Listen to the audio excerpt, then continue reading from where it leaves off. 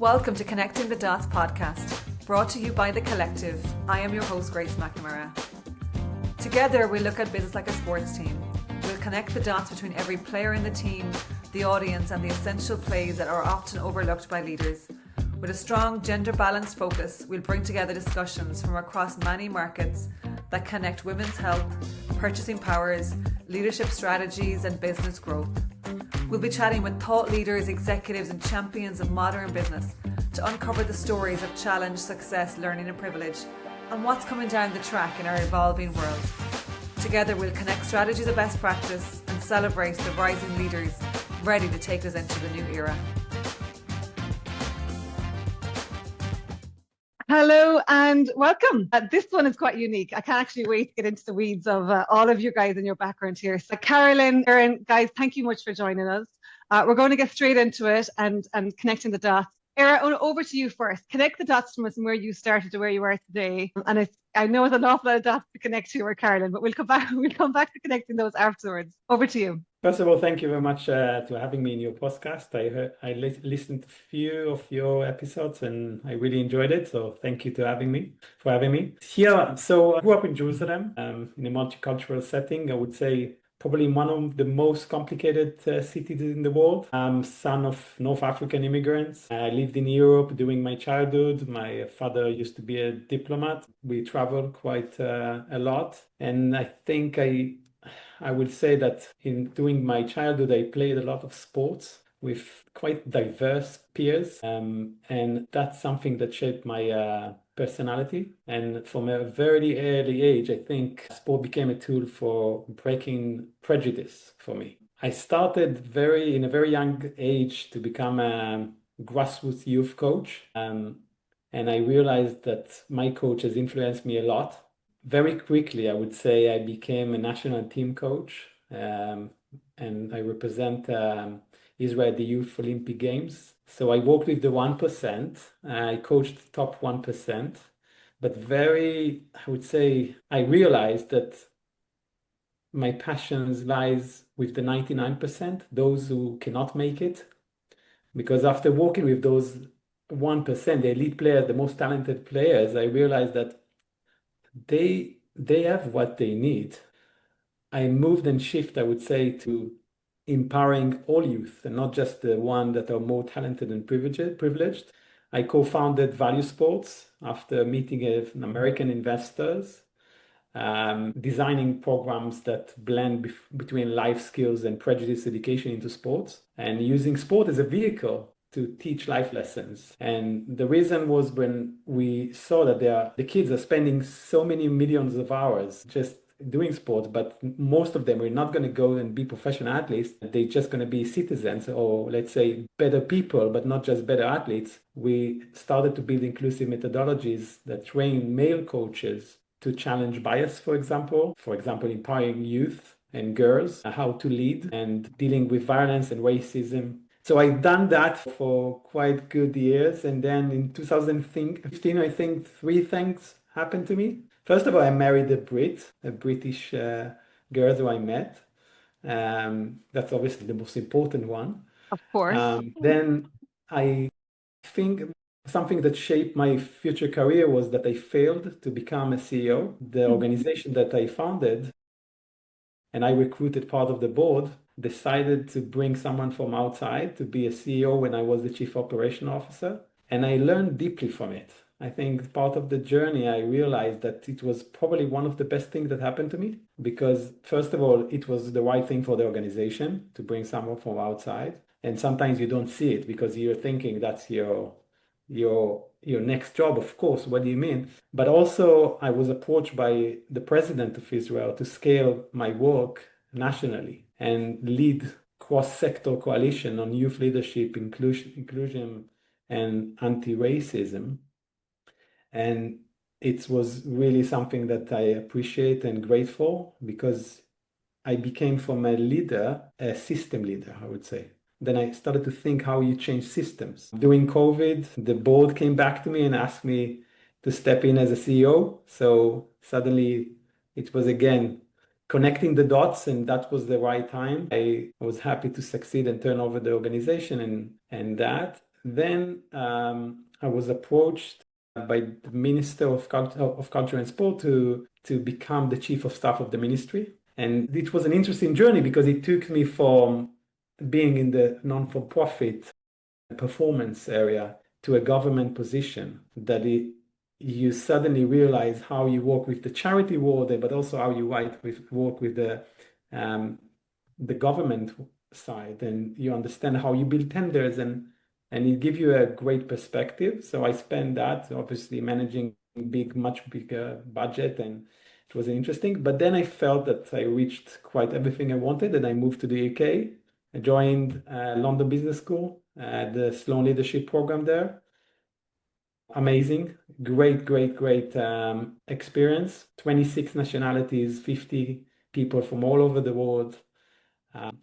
So done that, and I would say since then I'm building my UK based leadership. I'm the chair of the London Basketball Association and trustee of other organization, building also and doing advisory for businesses and startups. And yeah, I think I feel very happy with connecting those dots today. I love it. And I just love the sport business relationship as well, which we'll definitely tease out more. And yeah, we share a passion for that 99% versus the 1%. So I appreciate that. That's fantastic. Carolyn, you connect the dots from for us for your career, and then we can connect the dots between the two of you guys because there's a lot there. Good luck with connecting those dots. But yeah, absolutely. I think thank you for having me. And I love this concept of connecting the dots. I don't know if anyone else has brought up this idea of like Slumdog Millionaire, that movie, but absolutely. I feel like this is like our Slumdog Millionaire moment. But they haven't, but I do like this. This is yeah, absolutely. I mean, so and you said we were like allowed to bring up politics, which is really lucky. So I also come from a multicultural city, not as multicultural maybe as Jerusalem. I don't know what statistically how you'd compare them, but I'm from originally Berkeley, California. So grew up with a Holocaust survivor mother and both working class parents who had very strong political values, and would always say we weren't hippies, we were just political. And so when I went off to university, my first year at university, California passed something called Proposition 187, which would have made certain public services illegal for undocumented immigrants. And I think that was my moment. That was my moment where I suddenly thought this isn't right. And I started to get involved in healthcare locally and wound up as a sophomore getting a grant to look at the impact of Proposition 187 on the elderly generation. So working with UCLA School of Public Health. And it wound up sort of turning into some research and us doing some lobbying in Sacramento. And I think from there, my kind of love of public health, my interest in kind of that intersection between health and politics was born. Proposition 187 actually was never enacted because it was actually found to be illegal by the federal government, which is, I think that's kind of a full circle thing. If we look at kind of how, politics are today, it seems like nothing has changed really. But so from there, I went on to do a master's in public health and public policy, and was just very happy with the idea that I was going to basically just be a policy wonk, sort of data dork for the rest of my life, and wound up through circumstances doing summer internship while I was in graduate school with the Labour Party. And also, we all have our momentous events. I also met a nice British man. I'm still with the same British man. But so that was a lovely summer fling that was never supposed to work out. And I went off to Washington, D.C. to do Medicare finance reform. And it was called the Balanced Budget Act. So we were looking at making Medicare solvent for the baby boom generation. So there were like thousands of us working on this Medicare solvency. And we did it. We balanced the budget. And then 9/11 happened, and George Bush took the money, the surplus that we'd created, and spent it on bombing the Middle East. So this is what I mean by health and politics for me in my career are always intertwined. And I think I always flippantly say George Bush and I just didn't see eye to eye. And so that was when I made a decision to move to England. And that was 2002, and moved here and was really expecting that I was going to show up with my fancy American degrees and my fancy knowledge of how Medicare finance works, and the doors were going to be open for me and the NHS would welcome me. And ironically, actually, they did not welcome me at all. They felt that I didn't have enough NHS experience. So I wound up doing management consultancy, which is, the land for people who can't find a proper job. Of course, then the NHS wound up hiring me at much higher rates than they could have just had me to work in-house. So worked in management consultancy, and increasingly still got to be the data dork that I always wanted to be. But people realized I was chatty. And so less and less was being a data dork, and more was getting rolled out in front to do sort of bigger things and sales and kind of more like health planning, health policy, things like that. But it was, I think more and more was because of the joining the dots, connecting the dots. It was when payment by results, prospective payment systems are being implemented in the NHS. And so suddenly people were getting interested in IT, and they were getting interested in IT because that was how people got paid. So IT suddenly became important in healthcare, and people don't realize that the origin of technology in health actually comes from finance, which is why a lot of technology sits in finance departments historically. And it's obviously the case in the United States as well, where the emphasis on technology is around getting paid. So I got more and more lured into technology and wound up working at a company that was then called Northgate Public Services, which now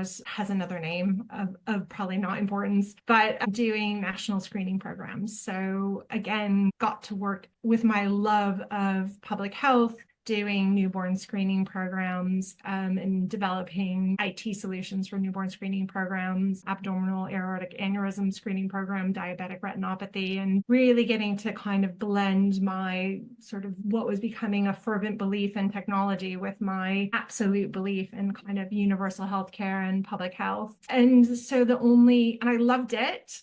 And the only real fly in the ointment was technology, and the fact that technology was filled with tech bros who, and they're going to love me for saying this, but I doubt they'll listen. But, there was no career progression available to me. And I had a wonderful mentor called Sue Holloway, who was one of the other few women in a kind of senior leadership position in the company.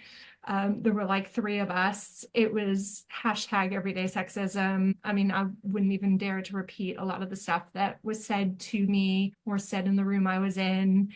And it was just really quite horrendous. And I kept saying to them, if I don't have career progression, I will leave. And they didn't believe me. And so I went and applied for other jobs. And that's when I met you, Grace, was when I found a role at Simply Health as Director of Delivery and Growth. And when I went to go leave, they said, oh, we didn't think you were serious. So there you go. So left to progress my career. I spent a few years at Simply Health. I was in charge of new products and services, so non-insurance products, taking products to market, taking them on like kind of the innovation life cycle, doing that fail fast, see what works, fail fast, learned a lot, made a lot of mistakes, did some cool stuff along the way, and then got lured back into the world of the NHS, because as much as I as much as it was fun, it felt like a holiday, if I'm honest, working in private health insurance. I think there's something about the NHS and that 99% there, Erin, that I can't stay away from it. And it is what my calling is. So did, again, kind of agency work as director of health for a public sector user-centered design agency, and then realized, had my COVID epiphany, that was that I don't really like sales. I really love delivery. I like the strategy and the development and the product and the figuring it out, but the having to go flog stuff really doesn't appeal to me. And it's very indulgent, I guess, that you get to kind of choose what you want to do with your career. But I realized I didn't want to be beholden to somebody else's sales target. So 4 years ago, I thought, well, let's see what happens if I just go out on my own. And the only sales target I have to meet is how hard I want to work and how much I want to be present in the universe. And that's what I've been doing since. So I now work with both the NHS directly, as well as health tech innovation companies, helping them bring innovation to the NHS, to the private sector. I call it kind of nose to tail health tech innovation. But I get to do all the fun stuff, like hang out with clinicians and do work with people I really, really like. And yeah. It's been a good run. Love it. I love hearing people's stories, because, you know, over the years when you meet people, you get snippets of backgrounds, right? And you get snippets of careers. And it's sometimes nice just to take a few minutes and go, you know, let's go from the start. Like, take the time. We're not in a rush. There's no strategy meeting to be had. We're on the clock as much. So you guys have an awful lot of overlap as well in your careers, and personal lives. It sounds like you're both in the UK because of the British did well by traveling abroad, meeting people and bringing you back. Good job, Britain. Yeah, they're just they're mixing up the gene pool. Right. Diversity. I love it. I love it. Now, Carolyn, it's been also great because we connected recently again through the collective and through the women's network, and and that was part of the kind of the focus of women in leadership, just connecting more women in business and figuring out, like, literally, Erin, we're like literally just kind of figure out how do we support each other. It's like there's no set principles, bar just be supportive, connect, network, and we'll figure it out as we go in relation to how much value we can build and generate together. But you talk about some of the stuff in there around the women in leadership and so on. Erin, over to you for a second, because you're obviously with Sloan, right? And as a fellow, and you're leading in this space. Have you seen a big change? I mean, Carolyn's talking about 10, maybe less than 10 years ago, only a few years ago. But and obviously we won't talk too much of politics, but you can see where the world of politics is today. It's pretty drastic. So what are your thoughts? First of all, the bottom line is that I think that if we will have more leaders, we will have peace much easier. So I think if we will have 2 female leaders running countries and trying to negotiate, it will be probably easier with the dominant male leadership. So that's always something I believe. And I think part of this is the EQ. And I think what I found, maybe after having a daughter as well, is that when you realize that you need to listen more, you need to be more with emotional quantities, you become a better leader.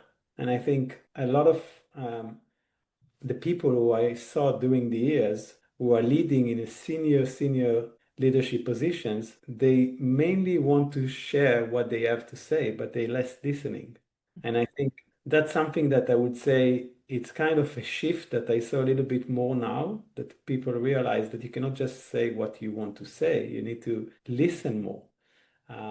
So in terms of the shift or the trends that I can see, I think definitely with the diversity today and that organizations are doing all the equality and diversity, chief diversity officers, you will see more and more awareness on the needs to bring more female leaders into business and sport. But I think, it's interesting that you asked that, because I think you you shape your experience with your openness to gender equality, for example, starting as a young kid. I remember when I was 13, I was playing basketball in a high school, just on the streets with friends, and then there was a great player, girl player, that really beat us. She was much better than us, and we couldn't realize how it's possible. And I think playing with her and engaging with her and just enjoying that she's sometimes better than us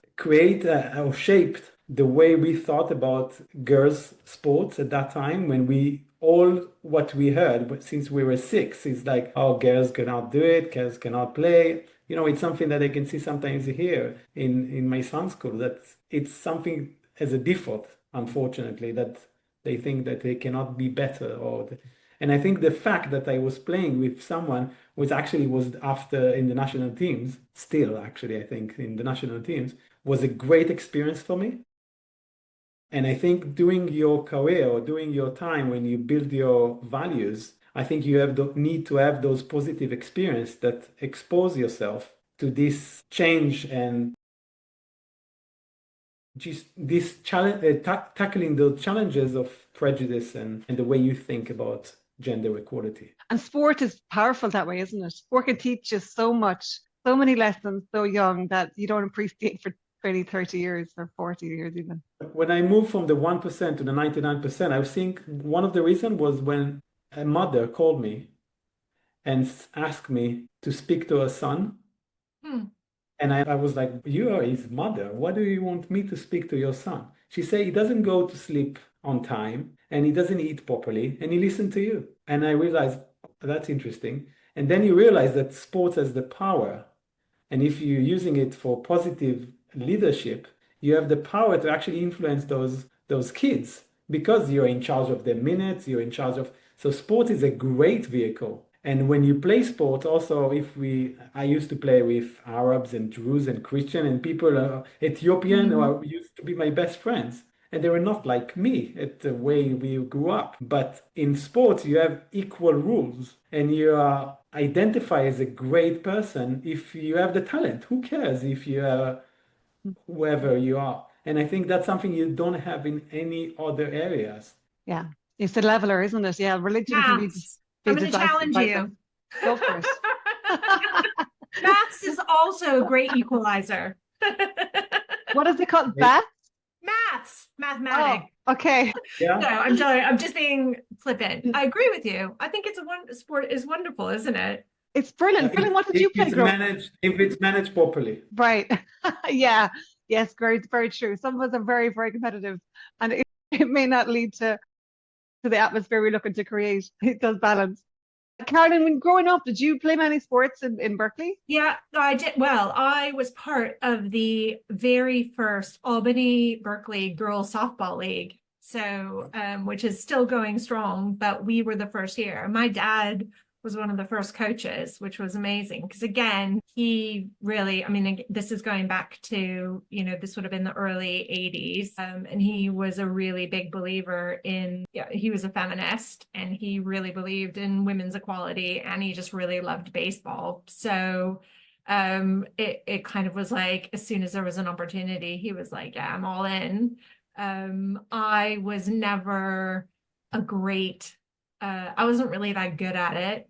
I didn't really find my sport till high school when I started rowing, and then realized, because I'm not a hugely coordinated human, but rowing, you just have to be strong and you have to be a team player. So I think there's a sport for everyone, isn't there? There's a sport for everyone. Yeah, there is. There really is. And you just have to find it and enjoy it. Yeah, I completely agree with you there. I want to pull out something you said there, is that your dad was a feminist. We don't hear men saying often that they're a feminist, but thankfully with this podcast, I meet more and more men that I would categorize as feminists, but I don't hear men saying that. Would your dad say that he was a feminist? My dad. Yeah. Well, he's passed away, but yeah, my dad was very proudly a feminist, and I think raised me so ingrained in feminist beliefs that when I first encountered sexism, I was genuinely surprised. I was like, what is this? What's happening here? So, and I would say my husband is a feminist as well. I don't know that I could exist in a world of men who weren't feminists. I'd like to think my son is as well. So, hopefully we're continuing the generations. It's an interesting term. I think it's gotten a negative rap as well. There's times I'm like, no, feminism is like, again, if you look at the history and the definition of it, it's a very powerful, strong thing. But for some reason, it's starting to get this negative connotation. And I'm like, oh, no, let's go back to the basics of what feminism is. It's about equality and access here. Eran, what are your thoughts? Because obviously I would look at you and consider you a feminist as well, as I have with a lot of my guests, thankfully, who are leading the charge and trailblazing and creating equality and actively, intentionally working on stuff that's leveling up the playing field. What's your thoughts? Would you call yourself that? So I think you define as feminist or not if you're actually proactive with what you're doing and not just by how you identify yourself. I think if you're doing and creating actually actions that help women, girls to be more empowered, then I would consider yourself. And I think if I try to reflect on my career, I was helping male coaches to challenge their own bias. So when we did those programs, and a program in value sport that called Horizon, the idea was that we don't want to help women to be more feminist. We want to create more allies from male that are coaching now women to understand better why there is a drop-off when they are 14 and why the parents are actually trying to avoid the continuation of girls in sports because they're afraid that people will think, oh, they're lesbian, and we tackle that by giving them the tools how to see it differently. And I think when you create, on one hand, male allies, but also on the other side, you empower girls and you create more role models. I think in sports, one of the biggest challenge that female sports face is that there is not enough role models. That I grew up looking at Michael Jordan or looking at those elite players and say, whoa, I want to be maybe one of them. And I think the more we will have more leaders who are role models and create those, even when they are 17 and they are teaching kids who are 9, then they are their role models. They don't need to be in the global stage. But I think the more we do that, the more we'll have more girls who want to participate in sport. And the more we will have women, females who are actually coaching girls and enjoying that, and not males who are coaching girls. Yeah, with a few changes there, I love it. And I think you're absolutely right that we need to be intentional. And if you're intentional leading action, yes. So ultimately you are a feminist. So actually I'm going to start challenging men in my life to see if they would say that and tag themselves in as that. So it's an interesting one. I think it's EY did the report, 94% of women in leadership have associated themselves as an athlete at some point. So it just shows the power of sport. And I think you talked to that there as well. Carolyn, when you're thinking about your career today, and as you said, you've got some phenomenal work that you're doing right now, as well as in the last 10, 15 years. What are you seeing? What are you positive about? What are you seeing? What's the trend? And what's exciting, actually? Because, as a leader, a female leader, or just a leader, you're in a very interesting space of public health and healthcare. It's the hottest topic for a lot of us. And the world is changing in front of our eyes faster than ever before, whether it's with tech or without tech. It's changing. Yeah, I mean, I think I want to be, I'll be positive and KG positive, I guess.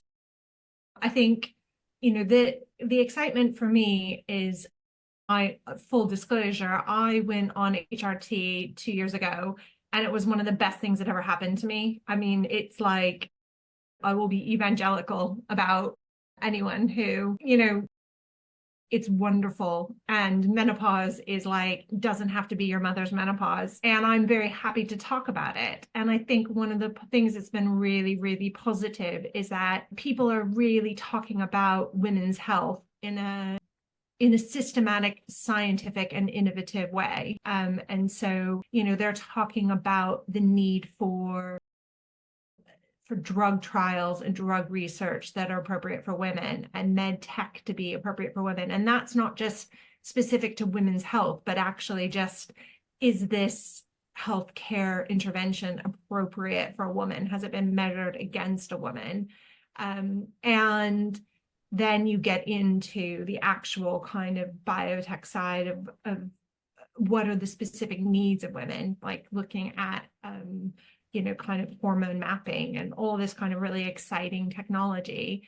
I think it's changing the dialogue around the way we talk about health innovation, because actually, and I think it's a really good time to also talk, and I know we're focusing on women, but actually it's that intersectionality as well. So I think I'm seeing it a lot more, and I really welcome it, talking about not just that the women's health discussions aren't just about like bougie ass middle class, you can take that out, I'll say that again, sorry, middle class white women, but that we're actually talking about what it is to be a woman from a global majority, and what it means when you're looking at data around AI or any other sort of health intervention, kind of, do you have representative sample sizes, things like that. So I see so much happening in terms of the dialogue and the interest. I think where I have to be cagey in my optimism is probably around investment.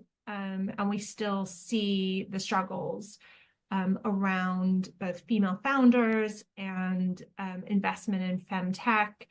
And it just feels like we're still not quite at the table.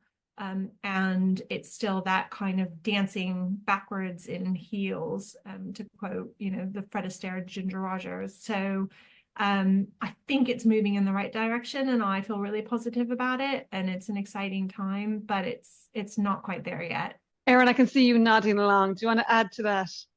A lot of points she made there that we could spend hours talking about. Oh, we've lost your microphone. There we go. You're back. Can you hear me? Yeah. Yes. I totally agree. I think what I would say that an important thing to do in terms of female leadership and how to create those trends is to use the soft power, storytelling, influencer, and to drive it to hard policy change. I think what's really important is basically to bridge the gap of those female consumers and from then create a decision-making roles that change those policies. So I think definitely I would want to see more of those. Yeah, 85% of consumer spend is controlled by a woman. So we definitely have control of the purse. But public policy, are we at the table? Are we enough of us at the table? I'm also conscious that it takes at least 3 people of any minority to be in the room for their voice to be heard. So, Carolyn, when you look at the public policy, who's deciding that public policy? Who's at the table? Is it one majority group, or do we have diversity of thought around that table enough to build this for the future? No, I mean, I think, unfortunately, and again, we're back to politics, I think there's a push backwards. I think the few advancements that we've made around trying to get representation at the table is now somehow a threat, which I find wild, because of, all the research shows, and Eran, you probably know this from a business school perspective better than I do, but all the research shows that diverse boards are more successful. So why we're pushing back on EDI, why we're pushing back on representation at board level, I don't know. And I think, again, it goes back to what Eran was saying about, if you see those female athletes, that will inspire you to be an athlete. If you see women in leadership, if you see women of color in leadership, that will inspire other people to go for those leadership positions. So I think it's incredibly important to be able to have that representation, but also just not in a tick box way, in a meaningful way where your voice is, you're not being expected to cookie cutter. And I know there's a lot of talk about authenticity, and it's really hard to be authentic if you don't feel like you're there because they value you. You're not just there because someone is like, well, let's stick somebody there who looks like her on this board. Yeah, tokenism is not going to help us at all. So it's when we used to run committees, and when you work at the government or you work in non-executive roles, I think you want to be diverse because it's becoming weird not to. And I think that is what it should. It's weird that you actually do a panel that in the panel there are only 4 or 5 males and zero females. I think it should be really weird and people should question that. And every time, I think I was privileged to be in senior leadership team with only women and I was the only male. And I think I felt that it's so empowering for me because I suddenly realized that the angle of the input that is coming to the table is so different from what I used to. And I think I prefer today to be surrounded by a senior leadership team that is more female because the angles and the EQ and the input that they are bringing, I think it's much more valuable than to be just in a, like the sports, a fully dominant male in board and in senior decision in the top.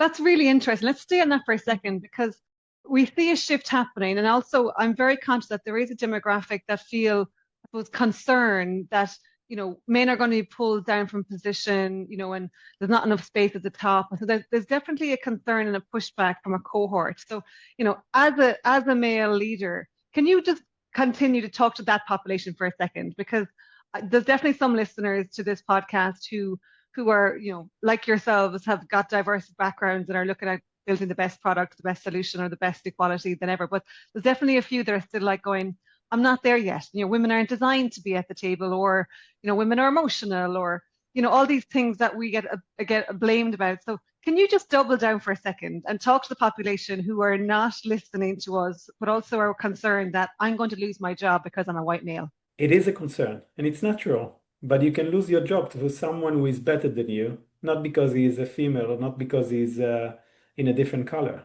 You can lose your job because you're not good enough or you're not a great match for the job you're doing. I think as someone who always tries to be in perfection or an excellent situation, you need to work hard to differentiate yourself, not because just how you were born, just because you want to be better than others. So if on the way there are great leaders who are better, they should get that. If you want to be better than them, you need to work harder. And it's not because you are a male or a female that you should get that job. And I think, yes, you need to push a little bit more the system to realize in between this balance that what do you do more artificial and what do you actually create as a natural, evolve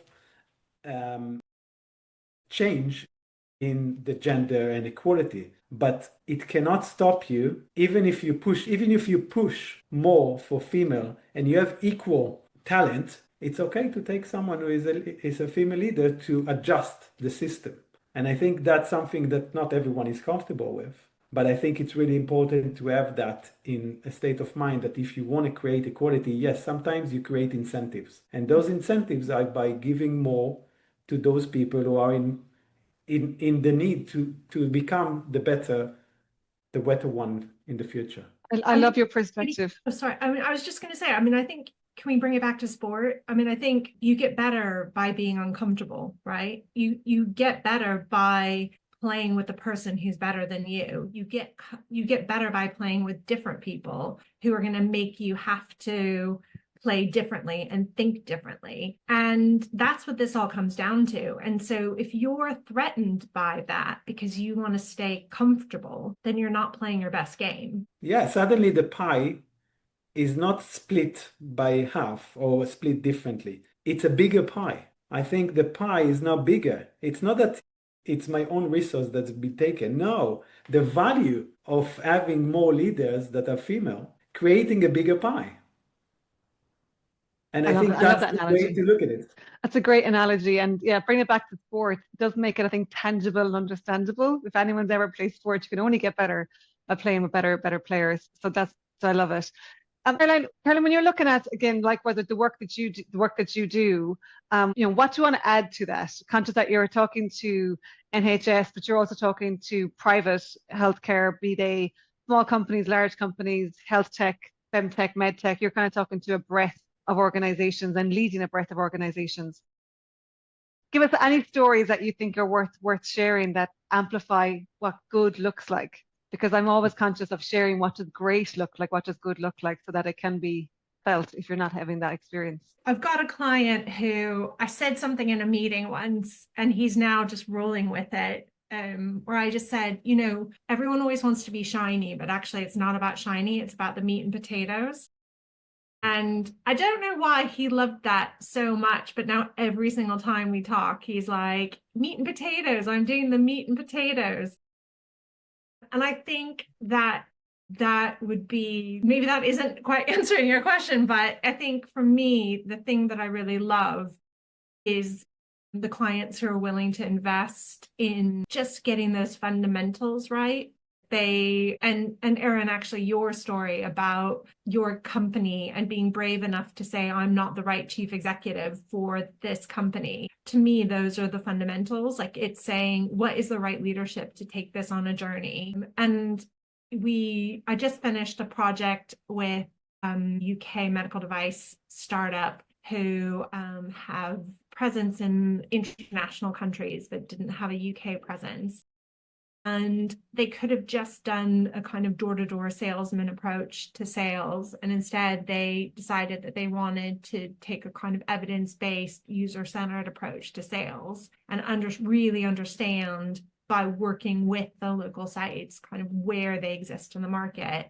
And we've done like such a good piece of work, and it was so well received by the sites and by the company, and they have such a good position now in terms of and actually I think a lot of companies are afraid to invest that kind of money on the ground, but it's going to save them so much money in the long run because they're not going to waste time where they're not going to be welcome. So I think for me, it's getting the opportunity to do some of that, I guess, meat and potatoes work with some of the exciting companies out there. Love it. Eran, obviously with Sloan and the population that you're working with, you're seeing probably the best practices and you're teaching the best practices and leading them with that. Is meat and potatoes something that you incorporate or something along those lines? No, I think I agree with Caroline, and I think it's a good point. Don't have to add to me here. What is exciting about all that goes on?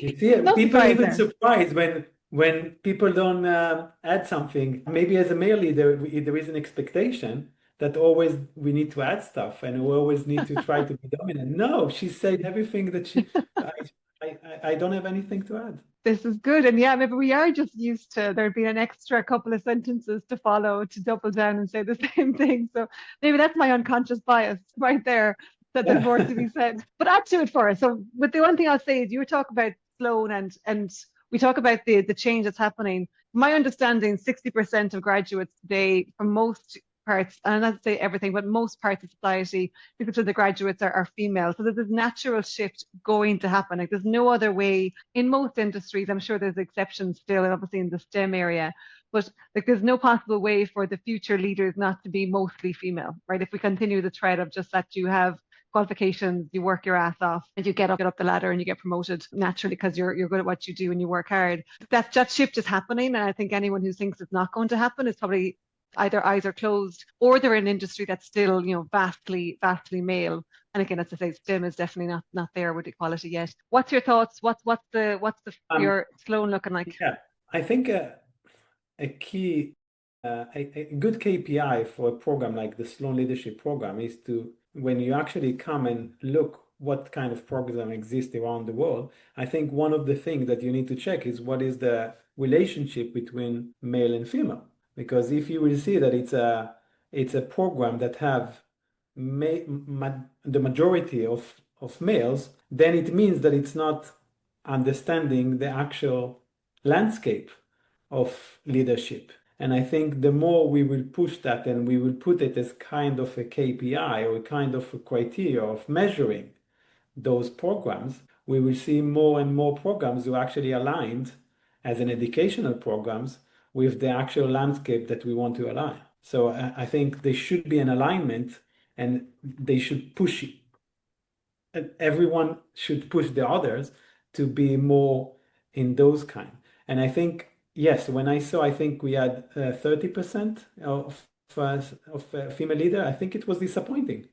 And I think they know that, and I think they work on that in London Business School.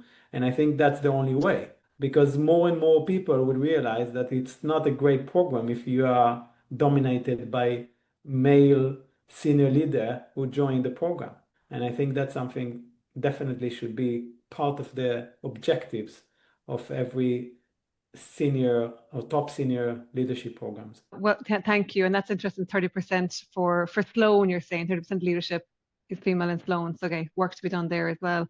And just to kind of reiterate for those that are listening, the reason why I harp on about this all the time and the reason why the podcast exists is because we have gaps. We have a female health gap. Obviously, we have an inactivity crisis, we have a health crisis, but we have bigger gaps for females. And Carolyn, you mentioned it as well, as we need better research because we are nuanced. We're much more nuanced. I mean, even the two of us are similar ages. We're vastly different because of our cycles, because of our, you said HRT, I'm not. There's just so many more variances in females that we need bigger and better research to actually give us solutions and products and medicines that are designed for us, regardless of all of these variables. And, we talk about being complex. Yeah.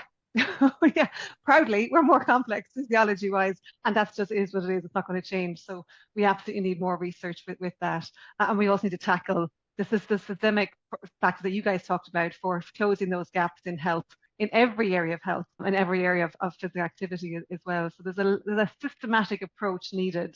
And you guys are both thinking systematic approach wise, which is important. I think that's the key. I think systematic approach is the key. And I think, like I said before, my journey transformed me from being a manager and a director to a system-led or leading systems. I think the only way to change an ecosystem is by having, can you hear me? Yeah. Okay.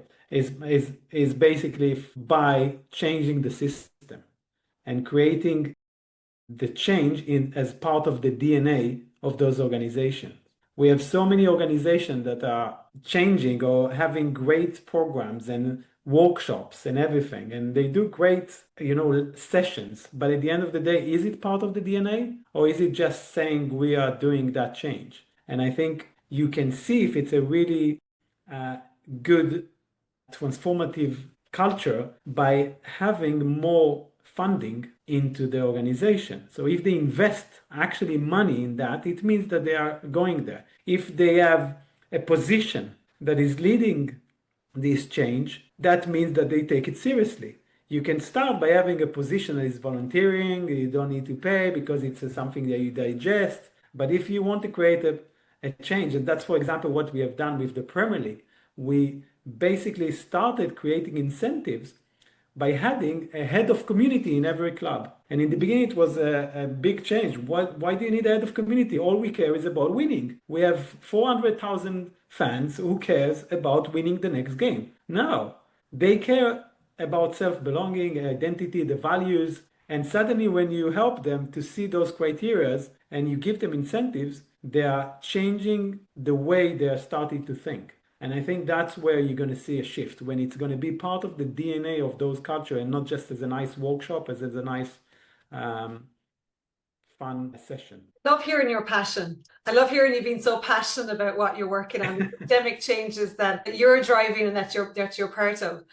Keep going for a second though. What is the most exciting thing that you see coming down the track in the next 2, 3, 5 years? Like, what's the most exciting thing in your world? You asked Carolyn? You asked, no, you. It was a little bit. The exciting part. So I think that's a very difficult question, but I think what we are seeing that there is more extremism, there is more polarization, and I think that's very dangerous because I think what we are seeing is that you have many threats to the democratic norms and values. And I think it's not about the country, it's not about anyone. It's about the values that I think we are growing up as a society. And I think with those changes come also opportunities. And I think there is a great opportunity to actually rethink and re-identify or redefining the values that we were growing up on when we were young or even after the World War II. And I think that's really important to think about it and to think how can we create those collaborations with people who are different. It can be male and female, it can be religious and not religious, it can be people who from different ethnicities, but I think it's really a wake-up call for the democratic values to think what's more important now. Carolyn, do you want to add to that? Because again, so much in there. I know you're nodding your head, so you've plenty to add. I mean, I love it.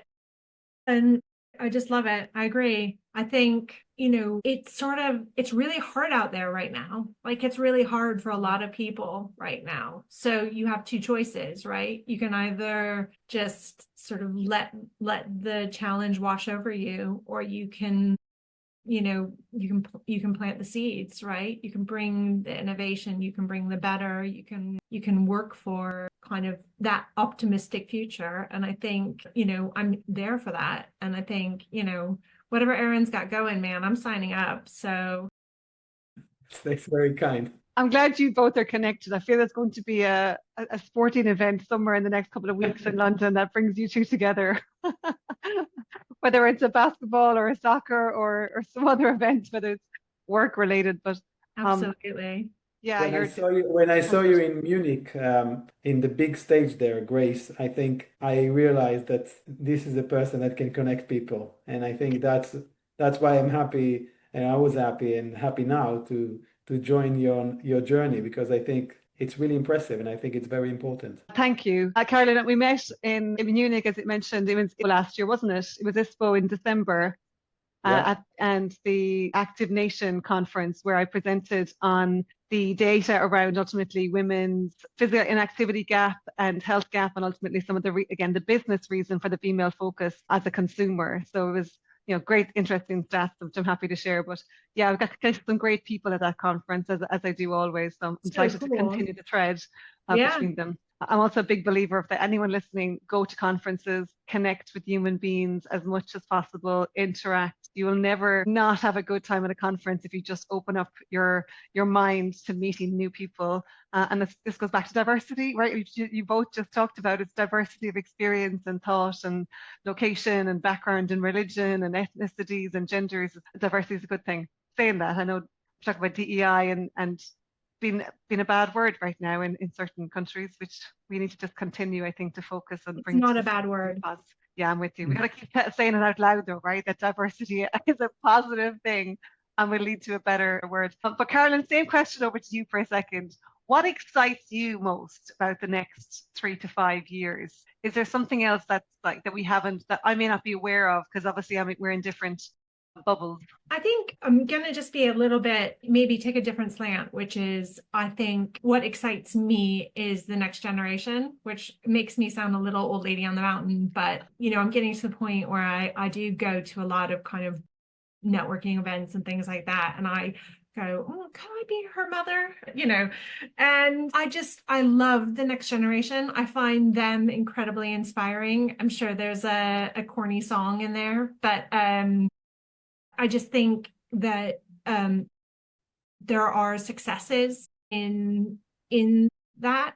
Like, I think someone has done a good job somewhere in raising these women and men who are also feminists. I'm going to use the word again, to think broadly and to think about things in a way that maybe previous generations didn't. I feel like when I was growing up, maybe because of my dad, I was sort of that loud-mouthed woman in the corner going, well, this is how it should be. And it was sort of unpopular opinions. Whereas I feel like I've kind of caught up, and this next generation just sees the way I think as just an everyday normal view. And that fills me with optimism. So I know there's pushback against it. I think anything, again, uncomfortable, there's going to be pushback. But I think there is that, and the work you're doing, Grace, around the collective network, like it just fills me with optimism that people are carrying on the good work.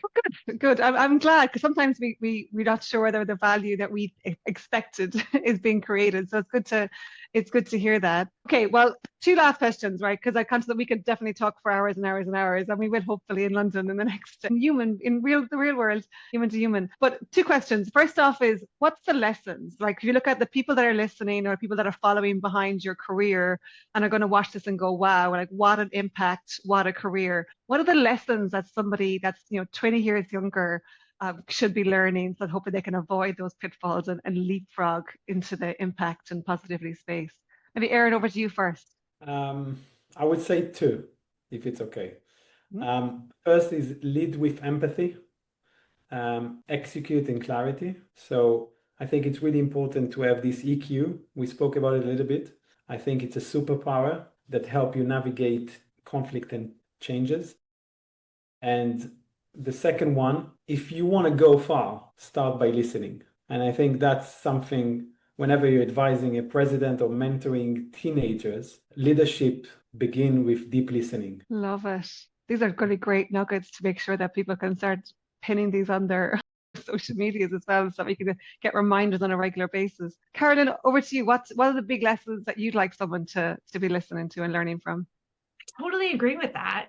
I think it's taken me a really long time to learn all those lessons. So I would say also don't beat yourself up if you don't get that right away. I think it took me a while to feel safe and secure enough in who I was to kind of be able to then have the space to have that authenticity and that empathy. I think also, if I'm honest, from a very female perspective, I think having children made me a better leader because I was able to, and I have a son with who's autistic, and I think it made me understand neurodiversity. So it goes back to your EQ, I think. And so I think all those things, but also you don't just like wake up one morning and you're like, oh, I'm a leader. It comes through giving yourself permission to like be a total moron and make mistakes and then forgive yourself and then get back up again and then learn from it. And so I think, just embrace the journey, connect the dots. Love it. Before we do our last question, it would be unjust of me to skip over. Do we have any learnings or any ideas or thoughts on the existing political landscape that we live in the world today? I'm conscious that, we're talking about Israel and the US, and obviously there's a lot going on in both cultures, but you're also very international. Is there anything that you wanted to call out and speak to as an audience of professionals across the world who are operating on an international basis, and thinking about their next couple of years, and that is worth sharing? I think it's you put me in a difficult situation, but I will say that conflict will be solved with people-to-people programs, and I think it's not going to be solved with governments and senior stakeholders in terms of governments. I think actually to solve the problems and the polarization start with people-to-people programs. And I think the more we're going to have more people who are not part of it, that are understanding what we just spoke about, EQ, understanding, listening, and everything, we have more chance to have a better future for the next generation. Love it. Carolyn, anything to add? I appreciate it. It's a delicate situation and subject. I just think everyone expects people to have it's all become very polarized, and I think we need to own nuance again. We need to bring nuance back, and I don't know how we do that. I have no answers, but I think without nuance we're all lost, because none of us are completely good and none of us are completely bad. We're not comic book characters. We're all just human beings who are both flawed and wonderful. Yeah.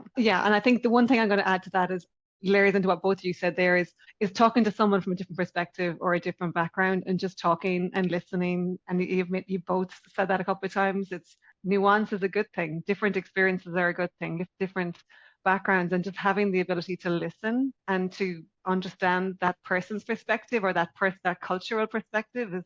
And you don't need to agree, you just need to understand and respect. And I think we get back to human interaction, with you both called out multiple times. So thank you guys. last question before I won't put you on the spot again, I promise. The last question is spotlighting. So we talked about, there's not the same level of female leadership on stages or on boards or often in the C-suite. There's typically not as many females in podcasts, which is part of the reason why we started this as well. So spotlight some female leader or leaders for me, please, so that I can also expand my network, but also our listeners can understand more female leaders and hear from and see more female leaders that are doing the good work across the world in health in some shape or form. So Carolyn, do you want to go first? So I've been thinking about this since you said I was going to have to think about this. Okay, I'm not going to talk about, I don't know if it's necessarily health, but what I'm going to talk about is the power of a female network. So when I lived in Washington, D.C. in the kind of early noughties, I had a group of female friends who have stayed my true blue friends forever and have all gone on to be incredibly successful. And I think that's incredibly important as well, is that it's about having peers who are simultaneously both incredibly supportive of your career, but also role modeling as you come up together, as we say in America. So it's a shout out to all of them. The only one who probably has anything that you could go and look at in terms of interviews and podcasts is my buddy Poppy McDonald, who is fighting the good fight at an organization called USA Facts. So she's the chief executive of USA Facts, which is an organization striving to bring nonpartisan knowledge to the United States in a time where, as we say, it's all very divided. So my shout out is to all my girls, but I'll give Poppy as a name. Love it. And yes, fighting the good fight there. So fantastic shout out. Excellent. Eran, over to you. Give us a spotlight. Yeah.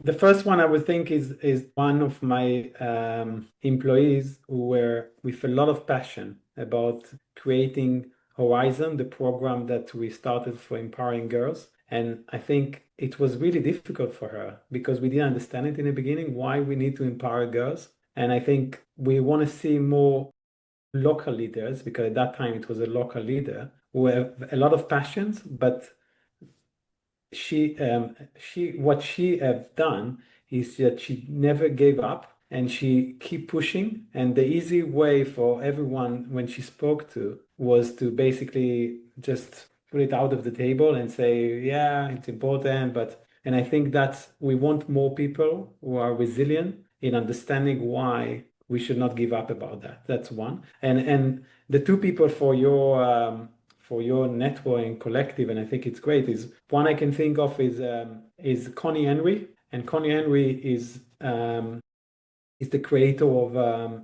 Sports Give Back Award. And she's a triple jumper. She won bronze, I think, in the Commonwealth as a triple jumper.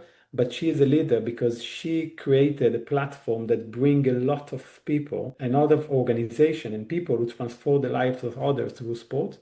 And I think she's a great person to continue to push, and I really believe in her. And the second one is Emily Robinson, who is the Chief Executive Officer of London Sport. And I think she's great because she first of all, she's a female leader in an environment that is very challenging. And I think London is so diverse and so complicated in many ways. And I think she's doing a great job. And I am very happy to see a leader like that leading an organization like London Sport. Excellent shout out, guys. Well done. I will be definitely looking for LinkedIn connections, introductions to those, because they're definitely ladies that I want to be connected with and working with, because it is inspirational. And I think we're all a product of those people around us and who we surround ourselves with. So it is inspiring.